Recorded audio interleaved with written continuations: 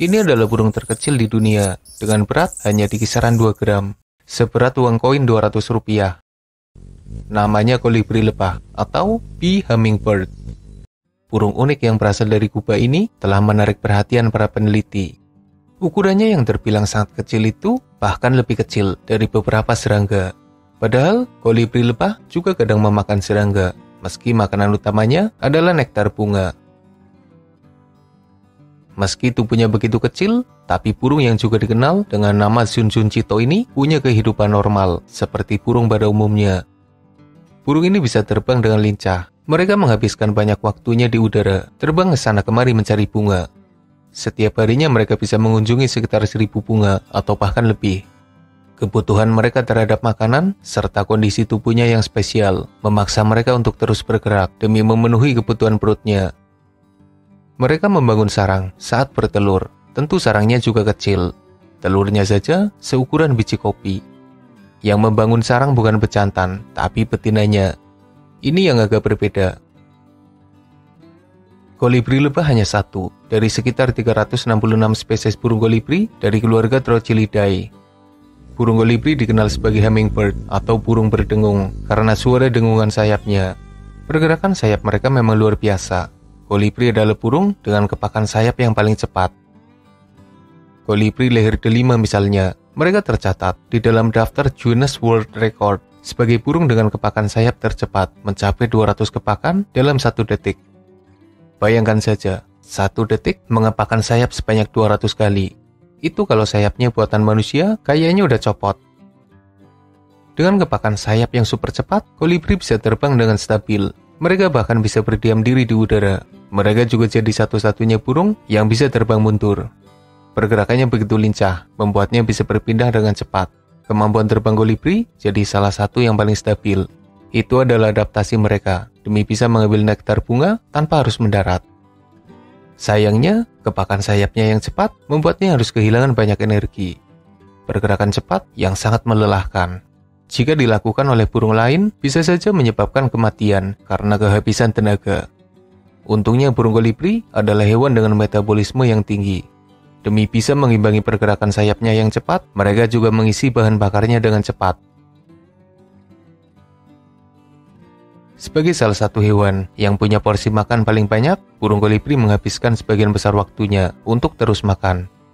Burung ini makan setiap 10 hingga 15 menit, mengkonsumsi makanan sekitar setengah dari berat tubuhnya. Makanannya berupa nektar dan serangga kecil, dan setiap harinya mereka harus mengunjungi lebih dari 1000 bunga demi memenuhi kebutuhan makannya. Lalu bagaimana jika mereka tidur? Ketika memasuki waktu tidurnya, burung kolibri menurunkan metabolisme tubuhnya secara otomatis. Mereka berhenti mengepakkan sayapnya, dan tubuhnya bisa beristirahat tanpa harus kelaparan karena memasuki masa jeda. Kolibri sendiri punya lidah panjang yang lancip. Lidahnya itu sangat membantu saat mengambil makanan di celah yang sempit. Perpaduan yang sangat baik antara kepakan sayap cepat, keseimbangan di udara, serta lidah panjangnya. Sebagai tambahan informasi, umumnya burung yang menghabiskan banyak waktunya di udara punya kaki kecil yang lumayan lemah. Bahkan pada beberapa burung, kakinya jadi sangat lemah dan membuatnya kesulitan berjalan. Kolibri juga sama, kaki mereka kecil dan terbilang lemah. Tak heran, mereka dikatakan tidak bisa berjalan ataupun melompat, dan hanya memaksimalkan kakinya saat bertengger. Dari sekian banyak spesies burung kolibri yang sudah diketahui, hampir semuanya hidup di benua Amerika. Jadi, kita tidak bisa menemukan kolibri yang hidup bebas di sekitar Indonesia secara alami, karena mereka adalah burung dunia baru. Meski ada dugaan, jika nenek moyangnya malah berasal dari dunia lama, khususnya dari Eropa. Sebenarnya ada informasi yang mengatakan jika di Indonesia ada juga burung kolibri. Bahkan ada 20 spesies yang sudah diidentifikasi. Tapi setelah meneliti, ternyata burung itu adalah burung pemakan madu yang berasal dari keluarga yang berbeda dengan burung kolibri. Sebagai burung dengan ukuran kecil, kolibri harus menghadapi banyak ancaman, khususnya dari para pemangsa. Burung pemangsa jadi ancaman berbahaya yang bisa menyerang mereka di udara. Lalu pemangsa lain seperti kucing, ular, kadal, dan bahkan katak juga bisa saja memburu kolibri. Tapi dari sekian bahaya yang mengancam, ada 2 pemangsa yang rasanya enggak banget untuk sekelas burung. Belalang sembah jadi serangga yang sering memburu kolibri. Ada banyak perburuan yang berhasil, dan burung kecil itu tidak mampu menghadapi serangan brutal dari hewan yang mengerikan itu. Kalau kolibri dimangsa laba-laba, kayaknya masih wajar karena mereka terjebak di jaring dan dilumpuhkan dengan gigitan berbisa. Tapi membayangkan burung dijepit serangga dan tidak berdaya, rasanya aneh aja sih. Tapi belalang sembah masih wajar. Lagian, mereka juga kadang memburu ular, kadal, dan hewan besar lainnya. Ada satu lagi pemangsa kolibri yang sukar dipercaya. Coba tebak. Jawabannya adalah capung.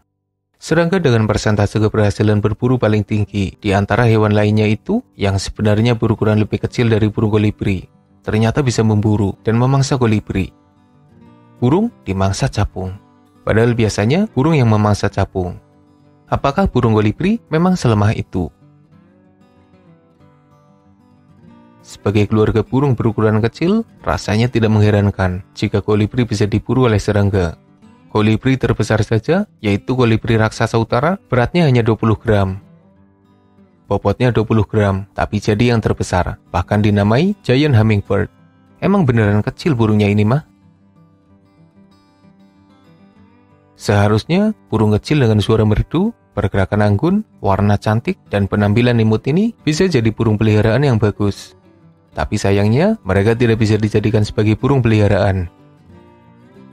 Kolibri adalah burung yang bebas. Mereka tidak betah jika hidup di dalam sangkar. Makanannya nektar bunga, dan kebutuhan makan mereka terbilang banyak.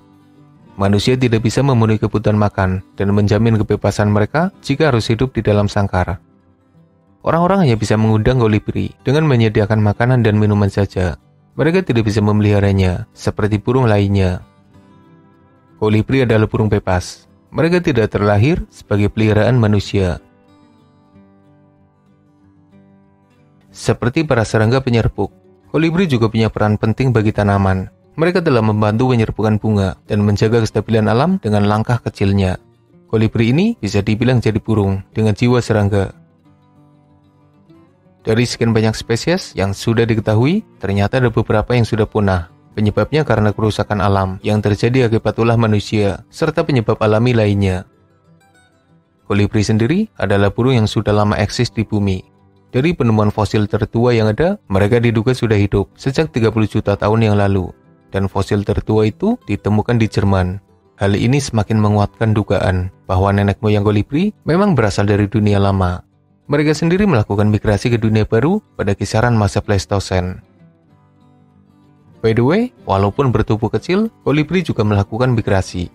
Hanya beberapa spesies yang diketahui melakukan migrasi, biasanya kolibri yang hidup di Amerika Utara. Mereka menghindari suhu ekstrim saat musim dingin, terbang ke wilayah Meksiko untuk mencari wilayah hangat dengan sumber makanan yang lebih melimpah. Kolibri sudah jadi bagian dari kehidupan manusia sejak lama.